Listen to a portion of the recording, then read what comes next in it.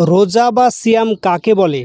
সুবহে সাদিক থেকে বা সূর্যোদয়ের একটু আগে থেকে শুরু করে সূর্যাস্ত পর্যন্ত এই সময়ের মধ্যে কোনো কিছু না খাওয়া, কিছু পান না করা, যৌন সঙ্গম না করা ও সমস্ত পাপ করা থেকে বিরত থাকাকে বলা হয় রোজা রাখা বা সিয়াম সাধনা করা।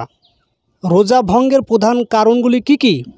1 নম্বর কারণ হচ্ছে রোজা অবস্থায় বা সিয়াম অবস্থায় ইচ্ছাকৃতভাবে কিছু খেলে ও পান করলে রোজা ভেঙে যায়। 2 নম্বর কারণ হলো রোজা অবস্থায় স্বামী স্ত্রী যৌন সঙ্গম করলে রোজা ভেঙে যায়। 3 নম্বর কারণ হলো ইচ্ছাকৃতভাবে বমি করলে रोज़ा भेंगे जाए। रोज़ा या उपवास या सियाम क्या है?